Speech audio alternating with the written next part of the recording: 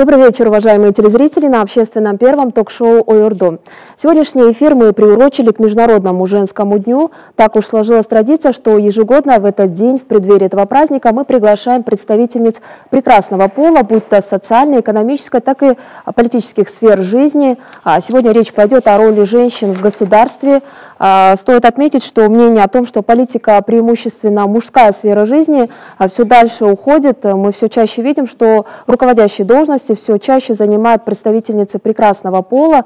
Так, 8 марта – это праздник или День борьбы за права женщин? Мы выясним сегодня в студии ток-шоу «Ой-Ордо». Айнура Тучина, первый вопрос с вас. Скажите, какой приоритет сегодня отдается женщинам в государстве? Разрешите поприветствовать всех участников сегодняшней передачи и поздравить, воспользоваться случаем и поздравить всех женщин Кыргызстана с наступающим праздником, Международным днем 8 марта, пожелать успехов. На самом деле, каждый год женское движение Кыргызстана мы проводим национальный форум женщин в преддверии 8 марта. И в этом году мы тоже акцентировались на вопросах, которые волнуют женское движение, женские организации. И в рамках объявленного нашим президентом года 2018 года, годом развития регионов, именно сегодня мы обсуждали очень важный вопрос представленности женщин в аильных кенешах. Аильные кенеши мы называем местные парламенты, и представленность женщин после выборов 2016 года нас волнует, потому что с каждым избирательным циклом представленность, количество, численность женщин в очень важном органе в аильных кенешах сокращается. И поэтому сегодня у нас на форуме мы обсудили вопросы представленности женщин. И я думаю, что сегодня мы еще раз подчеркнули важность представленности женщин на всех уровнях. На уровне городских кенешах, аильных кенешах, на уровне джорку кенеша, а также представленности на других административных должностях. И многое сделано, есть хорошие законопроекты, вопросы реализации и вопросы возможностей, они сегодня были как бы предметом обсуждения. Тагир, вот по Конституции, да, должна быть представлена равная, да, получается, представленность кандидатов. Почему сегодня не соблюдается эта норма? Если говорить, ну, сначала я тоже хотел бы присоединиться и поздравить вторую половину общества нашего Кыргызстана с предстоящим праздником, пожелать всем удачи, успехов, и чтобы в развитии именно при принятии решений большую часть, чтобы играли именно женщины большую роль. К сожалению, необходимо отметить, что если даже у нас есть действующая норма, если говорить по парламенту, при регистрации, при выдвижении кандидатов у нас эта норма, в принципе, осуществляется. То есть представленность в списках при регистрации, при выдвижении кандидатов, эта норма, она есть. Но, к сожалению, после того, как выборы проходят, политические партии, они в основном именно убирают женщин после выборов. Если посмотреть вот практику, то у нас большая часть именно не мужчины. А почему убирают? Вот в связи с чем? Ну, были такие моменты, когда, например, перед выборами женщины в основном, они писали, также и мужчины писали, и женщины также писали, в основном, именно если они не наберут определенное количество голосов на том или ином участке, они по собственному желанию уйдут. И были такие моменты, когда на них давили, чтобы женщины уходили с парламента. Но если говорить конкретно о законодательстве, необходимо, чтобы у нас существовал именно жесткий список, потому что после того, как партия проходит в парламент, получает мандаты, после того молодые также и женщины, их просто выкидывают из списков после получения мандатов. И я бы хотел порекомендовать именно при обсуждении законопроекта, именно чтобы включили жесткий список. Например, если партия пройдет по этому списку, то определенное количество, например, сейчас как у нас списки составляются, то есть 2 мужчин, третий получается женщина. А почему нельзя сделать двое женщин и один мужчина? Но, к большому сожалению, именно политические партии при составлении списков, они именно определяют таким критерием, что сперва идут двое мужчин, потом идет женщина. И если у нас будут жесткие списки, если у нас будут, к примеру, если женщина будет уходить из парламента, то ее место должна занимать женщина. Если мужчина уходит, то должен занимать мужчина. Но, к сожалению, сегодня у нас не так. Айнура Шарматовна, вот действительно ли сегодня женщинам политики предъявляются более жесткие требования, нежели мужчинам?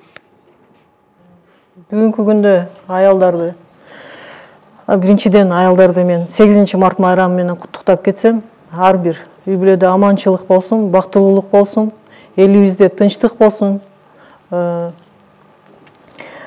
Аялдарды бізде политикаға барғанда лупадан деле өткөрүп карагысы келет, чынын айткандачы.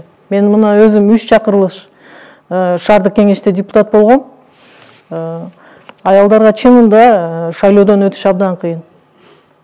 Кайын журту тыюу салат, күйөөсү тыюу салат, сен эмнени чечет элең, сага эмне бар эле ал жакта деп. Чечим кабыл ала турган жерде аялдар болсо чынында кыйын. Мына бүгүнкү күндө Кыргызстанда 25% аялдар саясий кызматтарда иштейт. Жергиликтүү кеңештерде мына бүгүнкү күндө Жалал Абад шаарын эле алсак, 31 депутаттын ичинен 2 гана аял бар. Парламент алсак, бүгүн 20 депутат аял бар, бул 16%-ды түзөт. Чечим кабыл ала турган жерде мына аялдар өзү табиятынан боорукер, жемкорлукка, ысырапкорчулукка жол бербеген болот. Ошондуктан мен ойлойм, аялдар парламенттик демократияга өткөнүбүздөн кийин бул парламенттик демократия бир гана жогорку кеңеште эмес, бул ар бир айылдык кеңеште, шаардык кеңеште болуш керек. Авазхан Чынбердиевна, скажите, вот вы сталкивались ли с подобного рода давлением, да? Вот не было ли у вас таких проблем? Саламатсыздарбы? Биринчиден баарыңыздар келе жаткан майрам менен куттуктайм. Мына бүгүн эле биз парламентте аябай бир чоң маселени көтөрүп келип отурабыз. Айылдык кеңештин депутат айымдары бул деген биринчиден ошол айылдык кеңештин депутаттарын шайлоодо 30%дык квотанын кирилиши деп. Эмне себептен ал керек деп. Андан мурун бизде өз аябай тоскоолдуктар көп. Мен мына экинчи жолу чакырылышта келип отурам айылдык кеңешке депутат болуп. Бул жерде биринчиден ошол үй бүлөнүн мүчөлөрүнүн толук колдоосу жетишпейт. Себеби биз ушундай коомдо жашап калдык. Бүгүнкү күндө мында ушундай адаттар калыптанып калганда, келинди колдогондон көрөктүү же ошол аял киши эмне жасамак эле, ага караганда ошол жигиттердин колунан жакшыраак нерселер келет дегендей. Анан экинчи дагы бир фактор бар. Бул деген бул финансылык жактан көз карандылык. Себеби аялдардын колунда дайым эле жетиштүү ресурс боло бербейт. Ошол себептен жанагы шайлоо кампаниясын уюштуруп, анан ошол шайлоодон мындай жеткиликтүү добушту алып барыштын өзү дагы кыйынчылык болуп калат. Анан дагы бир ошол жанагы стереотиптердин үстүндө иштөөдө дагы шайлоо деген бир жагынан элдерди бириктире турган өзүнчө бир мындай саясий иш-чара болуш керек. Ал эми шайлоо процессинде бирок көбүнчөсү ушундай бир терс көрүнүштөр бар. Бүгүнкү күндө шайлоодон кийин бөлүнүп, жарылып ушундай кеткен мындай окуяларга биз дуушар болобуз да. Ошол себептен бүгүнкү күндө жанагы айылдык кеңештин депутаттарын шайлоодо 30%дык квотанын керек экендиги бул талаптын бүгүнкү күндө коомдун талабы деп эсептесек болот. Зульфия Рисовна, вот тут ранее упомянули, сказали, что большую часть играет менталитет, да, роль, что у женщины ее место, допустим, вести хозяйство, она хранительница очага, часто мы слышим, да, но тем не менее женщины продолжают занимать руководящие должности, они претендуют. Вот скажите, вот роль женщины, насколько она влияет, да, на государство, то есть насколько позитивно. Вот сказали, что если бы женщин больше было бы, то и социальные вопросы решались бы гораздо быстрее, да, потому что женщина — это больше прерогатива женщин, получается.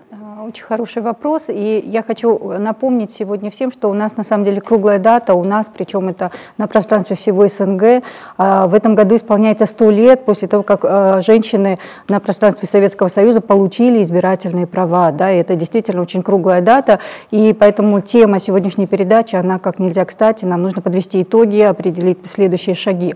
Что касается того, насколько женщины могут изменить власть, то многочисленные исследования и существующая практика в тех тех странах, где женщины очень широко представлены в органах управления, оно показывает и доказывает, что на самом деле качество управления очень сильно меняется. И даже если чисто логически порассуждать, то в этом есть резон, да, ведь потому что половина населения со своими нуждами, интересами, со своим опытом и талантами приходит в органы управления и вносит свою лепту. У нас по статистике получается, что, например, женщины обладают более высоким образованием. Их больше в числе женщин, которые имеют высшее образование, двойное образование и так далее. Да? Но почему тогда эти инвестиции, которые в свое время государство вложило в этот человеческий капитал, потом не используются на государственной службе и в сфере государственного управления? Это как минимум непродуктивно, неэффективно, да, совершенно верно. А с другой стороны, тот опыт, который имеют сами женщины чисто в своей жизни, да, это, например, опыт рождения детей, опыт воспитания, опыт ухода за членами семьи, в том числе пожилыми и так далее. Значит, он тоже наталкивается на необходимость того, чтобы этот опыт учитывался, и нужды эти особые нужды были учтены. Мужчины, они не просто, может быть, не хотят эти вопросы рассматривать, они просто не всегда даже понимают и знают об этом. Поэтому очень важно, чтобы были представлены все слои населения для того, чтобы как раз-таки на пространстве через дискуссию, в пространстве принятия решений все эти вопросы были учтены, все варианты обсуждались, и таким образом не было необходимости в митингах, потому что все бы решалось в политическом пространстве. И через конкуренцию идей как раз-таки бы улучшалось само качество принятия решений. Смотрите, вы сейчас сказали, вот на самом деле мы видим, что женщины сейчас активно вовлекаются, да, в общественно значимые процессы государства. Мы видим, что они успешно реализуют свой потенциал в сфере бизнеса, на руководящих должностях, да. То есть вот это о чем говорит, что женщины стали сильнее, или потенциал женщины, то есть или приоритеты женщины поменялись, то есть то, чего раньше не было, то есть сейчас мы видим женщину, они очень сильные, да, они успешно совмещают дом, семью, работу. Это о чем говорит? Ну, это говорит, наверное, о том, что в свое время действительно тот демократический путь развития, который избрала наша страна, да, создает определенные возможности для раскрытия потенциала женщин.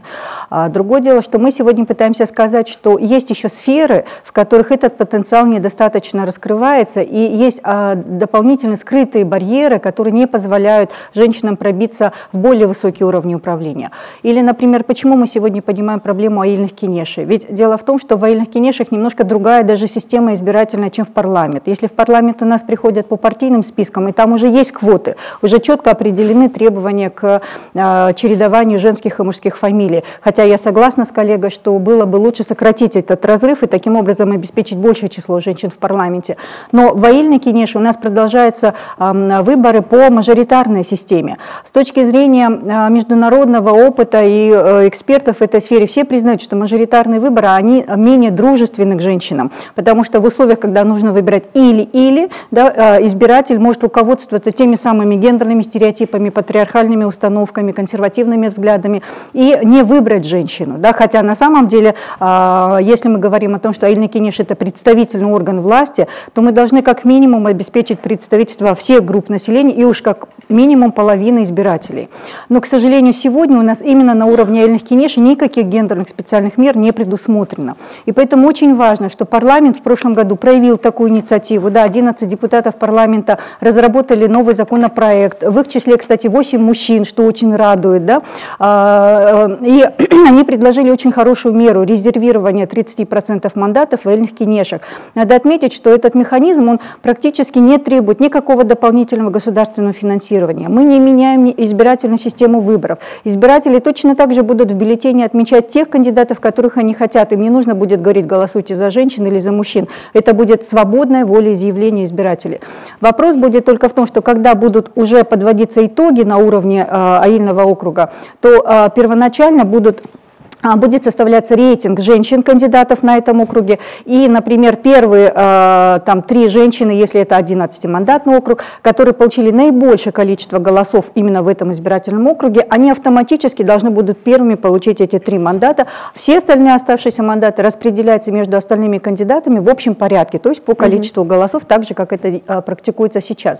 То есть эта модель очень продуктивна, очень эффективна, не требует никакого финансирования, и поэтому мы надеемся, что парламент все-таки будет последовательным и примет этот законопроект и внедрит этот механизм в жизнь. Айнура Точинова, возможно ли эту модель у нас принять? Вот говорится, что это не затрачивает никаких финансовых средств, что это так легко. А почему вот до сих пор не реализовано это? Да? Возможно ли у нас сегодня это?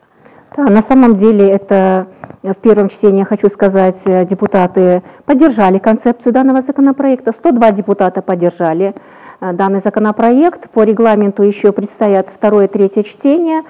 Я очень хочу надеяться, что и во втором, и в третьем чтении мои коллеги поддержат данный законопроект. В связи с чем он приостановил, это в 2016 году приостановился, потому что от другой группы депутатов поступил альтернативный такой законопроект, в котором предлагается все-таки на уровне аильных кеңешей вести пропорционально партийную систему. И тут, значит, я думаю, до тех пор, пока не принято политическое решение по данному вопросу, остается ли на уровне аильных кеңешей мажоритарная система, о чем сказала Зульфия, либо мы переходим на партийную систему.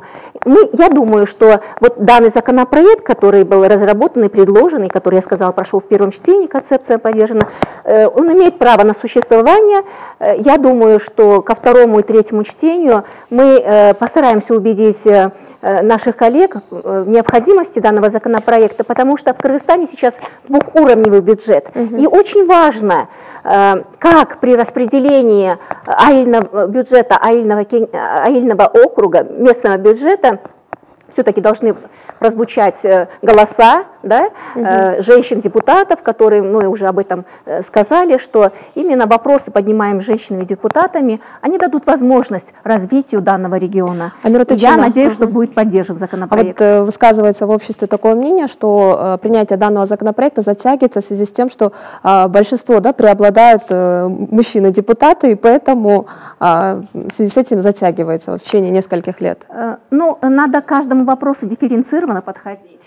Зульфия им сказала, инициаторами данного законопроекта из 11 человек являются 8 это мужчины-депутаты и только 3 мы, женщины.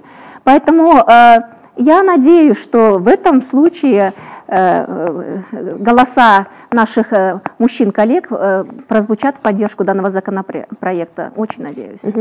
Салима Нурсупаевна, да, вот мы говорим о том, что при назначении на руководящей должности большинство отдается предпочтение именно мужчинам, да? То есть это, видимо, заложено в менталитете нашем, да? Но может ли, вот как вы считаете, вы сами являетесь депутатом, женщина может ли совмещать свою политическую деятельность и вести также работу с семьей, да? Я, наверное, не побоюсь сказать, что семья – это, по сути, работа, да, большая? Ойордо эки тилде жүрүп атпайбы, орусча кыргызчасы. Биринчиден ушу кыргыз тилинде сүйлөйүн. Ушу залда отурган айымдарды бүгүнкү эл аралык майрамыңыздар менен куттуктап кетет элем да. Анан бул сиз мындай берип атпайсызбы? Эми мен өзүм кеңеш катары төрайым болуп иштеп аткан айын түшүнөм да, бул аялдарды жанагы айылдык кеңештин 30% квотасы деп атпайсызбы? Сөзсүз көтөрүлүшү керек да. Себептен үйдө отурган аялдар жанагы менталитет деп атпайсызбы? Анын баягы аял келиндин башына кайнене ээ, күйөө ээ, плюс ажы кайынсиңди кайнеже да ээ болот да. Сыртка чыгуу, өз укугуна ээ болгон айыл жерлеринде аз. Биздечи эркектер үстөмдүк кылганы бул депутаттык жумуштан мен өзүм практически байкап жүрөм. Мисалы үчүн бизде 18 эркек депутат болгону менен кыймылдаганы бар. Аялдар деген биз боорукер келебиз, чыдамдуу, күчтүү, мындай курч келебиз да. Көп нерсени элге жеткизе алабыз. Себептен да бирөөнүн ачка отурганын мен түшүнөм. Бирөөнүн бир мал беспен семья болуп атканын дагы түшүнүп атам. Карап туруп бирөөнүкү ашып, бирөөнүкү ташып аткандан мен боорум ачыйт. Ошолорго жардам кылганга аракет кылып атабыз да. Анан эгер ошол 18 депутаттын жок дегенде бир баягы 21 депутаттын жарымы аял болгондо көп нерсе көтөрүлөт деп ойлойм да. Аялдын түшүнүгүндөй түшүнүк, мисалы үчүн баягы эркек үйдөн чыгып кетип келет жумуш сыяктуу элечи. Аял көп нерсеге барбыз да. Баягы үйдө эне, сыртта эркек ушундай аялдар бар, көп айыл жеринде аябай көп мындай чыган аялдар бар да. Ошон үчүн мен ойлойм, ушу квотага 100% кошулат элем да. Анан менталитет действительно семьяда бар. Бирок аял депутатка койгон күндө да өзүн көтөрүп кете алат. Үйгө да жетишебиз, сыртка да. Мен өз башымдагын айтайын, өкмөттүн жумушуна аралашканга да убактыбыз бар. И бар үчүн мондай кыймылдап, эл үчүн иштеп атабыз да. Вот вы говорите, что можно идеально совмещать, да, и семью, и работу, но порой мнение общества такое, что если хороший политик, да, то что, соответственно, у нее нет семьи, то она карьеристка, да? Вот кто сегодня может развеять миф, да, что можно быть сегодня успешным политиком и быть, допустим, многодетной матерью, да, или быть там хорошим семьянином, да, к примеру, вот кто может сказать сегодня вот?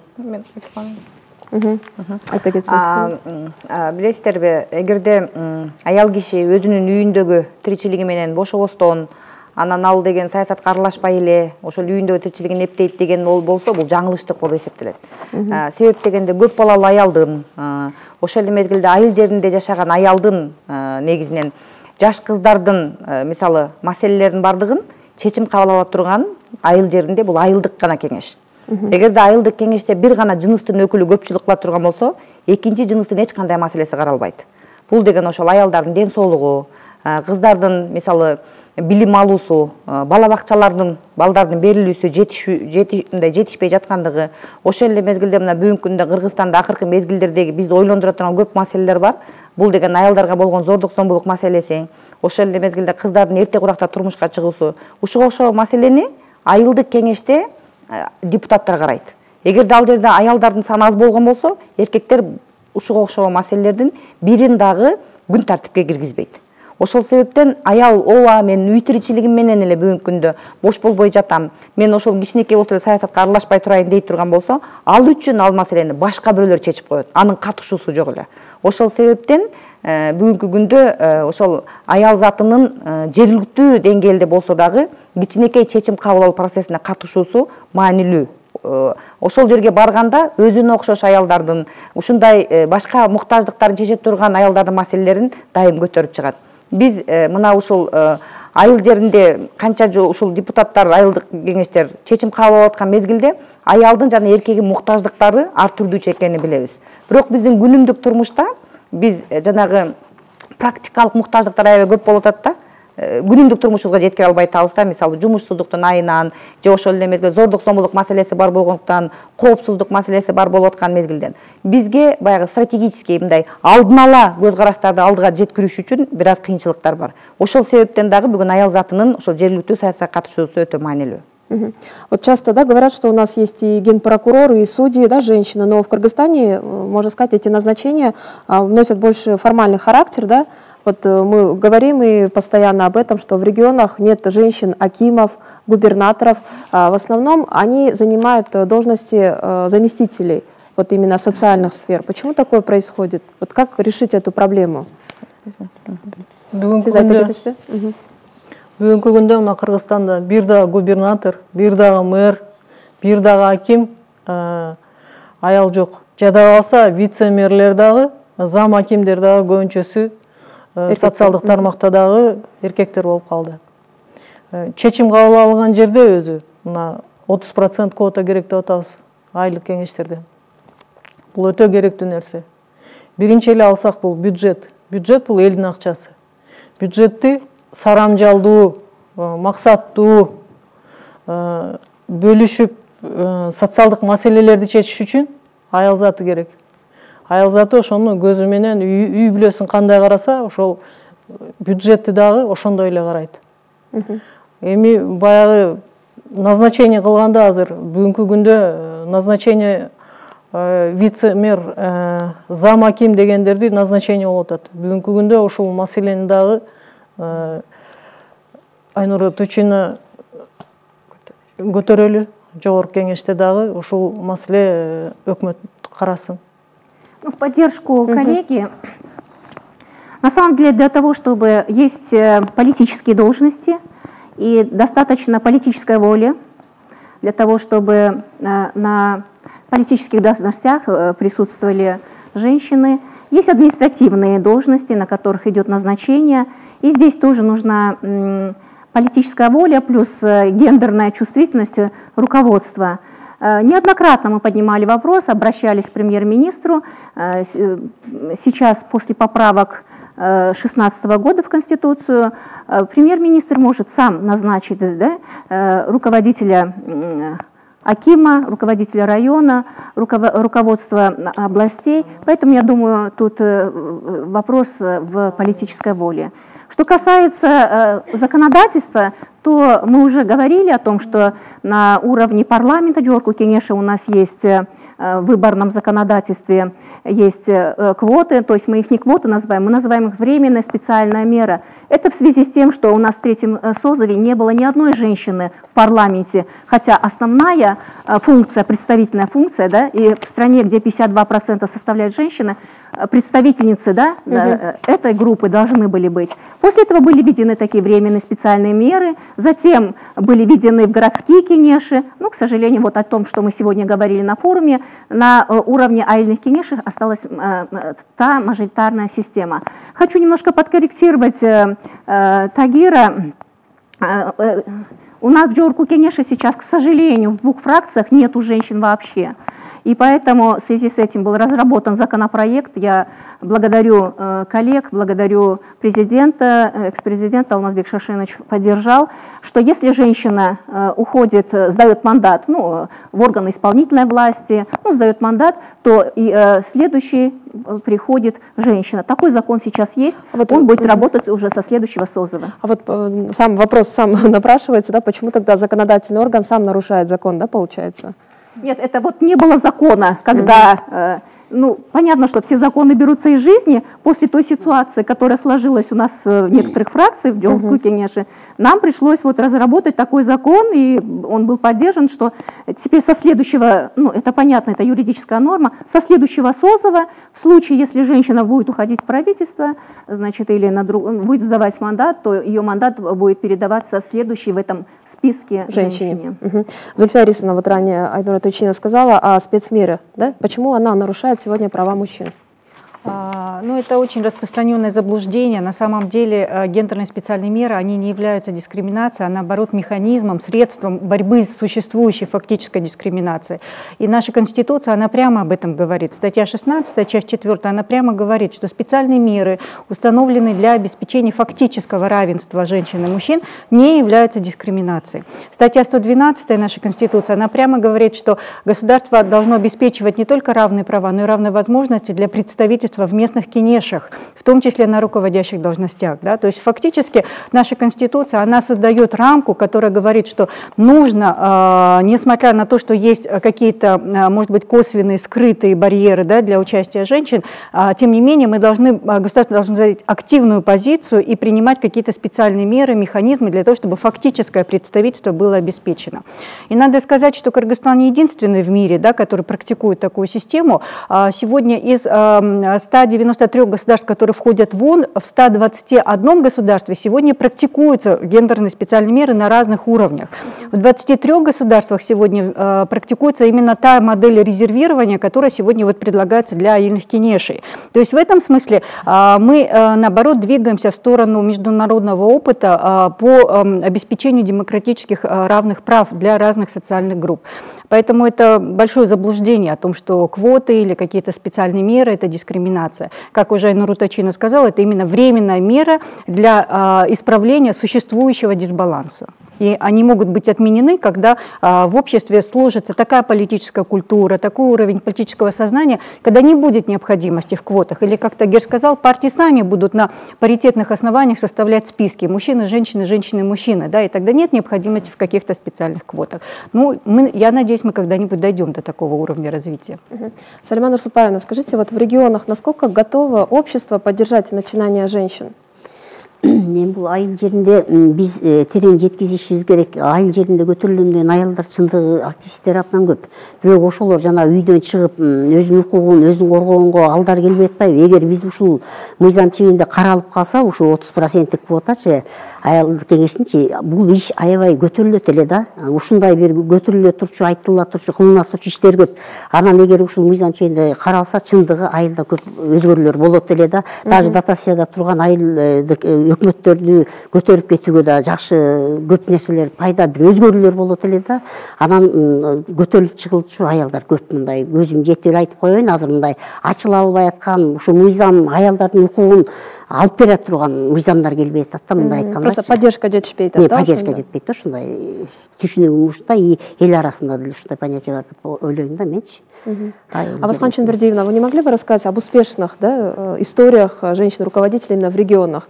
Вот чего вы достигли, да, каких высот, да, можно сказать, что вот сделано вами сегодня? Эми мен өзүм иштеген айыл өкмөт боюнча эле айтайын, биз эми айылдык кеңеште мурунку шайлоодо 12-жылкы келген шайлоодо биз 6 аял болчук, 31 депутаттан. Акыркы мына 17-жылы май айында өткөн шайлоодон кийин биздин депутатский корпуста 30 эркек, анан жалгыз мен депутат аял болуп калдым. Бул аябай мындай кайсы бир чечимдерди кабыл алып аткан мезгилде добуш алышка аябай тоскоолдук берет. Бирок ошол нерсеге карабастан бизде күндөн күнгө мындай жылуу бар да. Алды жакты карап жылуу мындай позитивдүү жактарга мындай иштер жасаганга бар. Себеп дегенде биздин ошол Кара Суу районундагы Жош айыл өкмөтүндө негизинен жаңы келген эркек мырза депутаттар деле негизинен ушундай гендердик сезимтал деп айтсак болот. Себеби биз аябай тынымсыз окууларды өткөрүп, тынымсыз маалымат кампанияларын өткөрүп, алардын бардыгында ушул чечим кабыл алуу процессинде бардык социалдык топтордун мүчөлөрү катышыш керек. Алар деген эркектер, аялдар, мүмкүнчүлүгү чектелген адамдар, жаштар, жана мындай улгайган адамдар, алардын кызыкчылыктарын коргоо үчүн аялдарды, эркектердин да бирдей катышуусу зарыл экендигин биз түшүндүргөнбүз да. Бирок бул 4 жылдык эмгек чындыгында.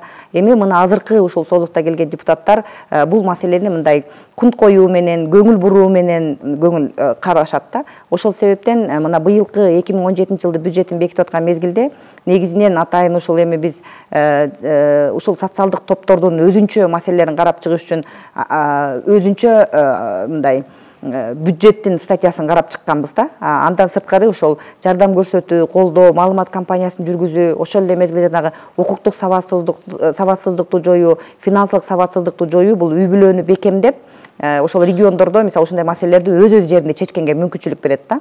Ошол себептен дагы мына быйылкы жылды мына региондордо өнүктүрүү мезгилинде жергиликтүү кеңештин кабыл алган чечимдери аябай мындай так, туура, конкреттүү кандайдыр бир көрсөткүчтөр менен болуш керек. Мисалы биздин негизинен айылдык кеңеш ушундай багыттарда көп иштейт да. Бирок бул жерден дагы бир нерсени белгилеш керек. Бир аялдын добушу көп нерсени чече албайт. Ошол себептен дагы жана квотаны биз колдоп келип атканыбыздан себеби ошодон. Негизинен ушул квота боло турган болсо, бул аялдарга ишенич берет. Ошол ишеним менен сөзсүз барат экен, 30 орун мага берилген экен, демек татыктуу аялдар келгенге мүмкүнчүлүк болот дейт да. Ошол себептен тез арада жогорку кеңеш муну кабыл алып бере турган болсо, бул мыйзамды биз 20-жылга ошол аялдардын арасынан татыктуу депутат болот элем, ошол аял адамдардын маселесин мойнума көтөрүп иштейт элем дегендердин өзүнчө бир мындай топ-топ кылып даярдап, алардын баарын 20-жылга алып келмекпиз да. Анан негизинен айыл жеринде аялдар аябай тынымы жок, жана 24 саат өткөрөт. Биз аны баарыбыз билебиз. Айыл жериндеги аялдардын бардыгы эле талаа жумушу бар, өзүнүн жумушунан сырткары да, андан сырткары бала чака, тууган урук, коло коңшу, коло коңшунун, тууган уруктардын, элдин арасындагы мамилени ошол тынчтыкты сактап турган аялдар. Ошол себептен алардын ойлору кабыл алынбай кала турган болсо, анда ал жерде бир тараптуу болуп калышы мындай кооптуу болуп эсептелет да. Тагир, вот в связи с вышеизложенным, да, вот насколько женщины активно принимают участие в выборах? На самом деле, я бы вот в случае, пользуясь возможностью, хотел бы обратиться именно к мужчинам, которые живут именно в сельских местностях. Например, если бы моя жена баллотировалась бы, была бы кандидатом в местной кеңеши, если бы она прошла бы, я бы, наоборот, гордился бы. Например, в многих аилах существует такая практика, например, если чья-то жена, среди мужчин, если чья-то жена является депутатом местного кеңеша, тот мужчина, то есть ее муж, чувствует как бы себя ущемленным, ущербным.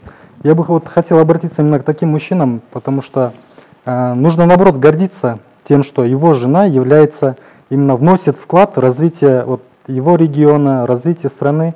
И я бы, наоборот, очень гордился бы, если бы моя жена была бы... Например, женщина, как женщина, они, например, являются гелин, они мать, она и жена, она выполняет в целом, как вы уже озвучили, 24 часа в сутки, она, в принципе, работает. А мужчина, в большей мере, он как? Он приходит с работы, ложится на диван, смотрит телевизор, либо выходит на улицу, там по своим делам, какие-то делами занимается. А женщина, она постоянно в доме, выполняет, на самом деле, она выполняет больше функциональных обязанностей, чем даже мужчина. И если мы создадим такие условия, если у нас будет, например, социально-экономическое положение будет улучшаться, если на местах будут создаваться, к примеру, строиться, улучшаться инфраструктура, будут создаваться там рабочие места, строятся детские садики, потому что у нас, к сожалению, есть большая проблема именно по детским садикам. Если, например, у меня жена сейчас сидит дома, смотрит сегодняшний эфир, она с 3 детьми сейчас дома. Если, например, были бы такие условия, если были бы детские сады, мы могли бы спокойно детей устроить в детский сад, и она бы могла в большей мере, она была бы свободна и могла бы найти работу, устроилась бы, и мы бы уже напрямую улучшали бы свое социально-экономическое положение нашей семьи. Мы бы могли бы, был бы дополнительный еще доход для семьи. То есть, если будут создаваться такие условия, наоборот, будет лучше. Я бы хотел спросить у Айнур Тучина, мера, которую вы говорите, специальная мера, которую одобрил экс-президент Атамбаев, она сработает в 2020 году. А если у нас будут досрочные выборы, к примеру, в 2019 году, то эта мера будет работать или нет? Вы правильно отмечаете. В законе отмечено, что это будет с 2020 года. Но в случае, как вы ставите вопрос, да, я думаю, тогда будет снова СОЗОВа работать. Снова СОЗОВа. Если будут досрочные выборы, то есть эта мера будет работать. Да, да. Но я думаю, мы и представители парламента, и представители местных парламентов считаем, что парламент, любой парламент, он должен всегда работать на тот срок, который заложен в нашем законодательстве. Это придает устойчивость развитию стране. И мы надеемся, что самые главные принципы развития парламентаризма, они будут сохраняться, если каждый СОЗОВ будет работать полностью тот срок, который установлен, и мы голосуем за тот срок, на тот срок мы избираем своих представителей в местные парламенты, в Жогорку Кенеш. Тагир, вы ранее сказали, вы наверняка хотели донести мысль, что необходимо вносить коррективы в понятие мужчин, да, что ничего страшного в том, что работающая женщина только принесет пользу государству, да? Да. Да, у нас совсем мало времени остается до конца эфира. Наверняка у вас есть пожелания нашим представительницам женского пола. Вкратце и понемногу. Можете начинать. Да. Мен бир положительный нерсени айтып кетейин дегем, мына аялдар жөнүндө айтып кетпедикпи? Аялдар ушул местный кеңеште болсо, мен примерле айтайын, 2008-жылы биз местный кеңештин, местный бюджеттин акчасынан аялдар мындай жакшы ой айтса, мына Тагир мырза айтып өтпөдү, мырза депутаттар колдойт абдан мындай жакшы ой айтканда чынында. Биз мына Жалал-Абад шаардык кеңеште мен депутат болуп жүргөндө дагы 2 депутат аял бар эле, местный бюджеттин акчасынан детсад курганбыз 2 кабаттуу, 1 микрорайондо. А 1 микрорайондо кошумча каржылуу болуп, мало времени, вы можете, да, вкратце, да, закончить свою мысль. Кошумча каржылуу болуп, дагы проекттер жазып, аялдардын активдүүлүгүн айтып кетким келип атат. Аялдар коомдо активдүү болсо, ушул квотаны берсек, чынында бизде көп нерселер жасалмак. Можно я скажу? Вкратце, да. Перед завершением нашего эфира я хочу сказать, что мы все вместе, только сообща, можем идти к развитию. И я думаю, и предлагаю это делать все вместе. И здесь и мужчины, и женщины. Только когда мы ставим вместе, сообща ставим задачи, мы получим хороший результат. Поэтому вперед, вместе, сообща. Я же от себя добавлю, чтобы женщины, вы не боялись реализовывать свои цели. Желаю всем мирного неба над головой. И хотелось бы, чтобы права женщин никогда и никем не нарушались. Оставайтесь на первом. Это было ток-шоу «Ой Ордо».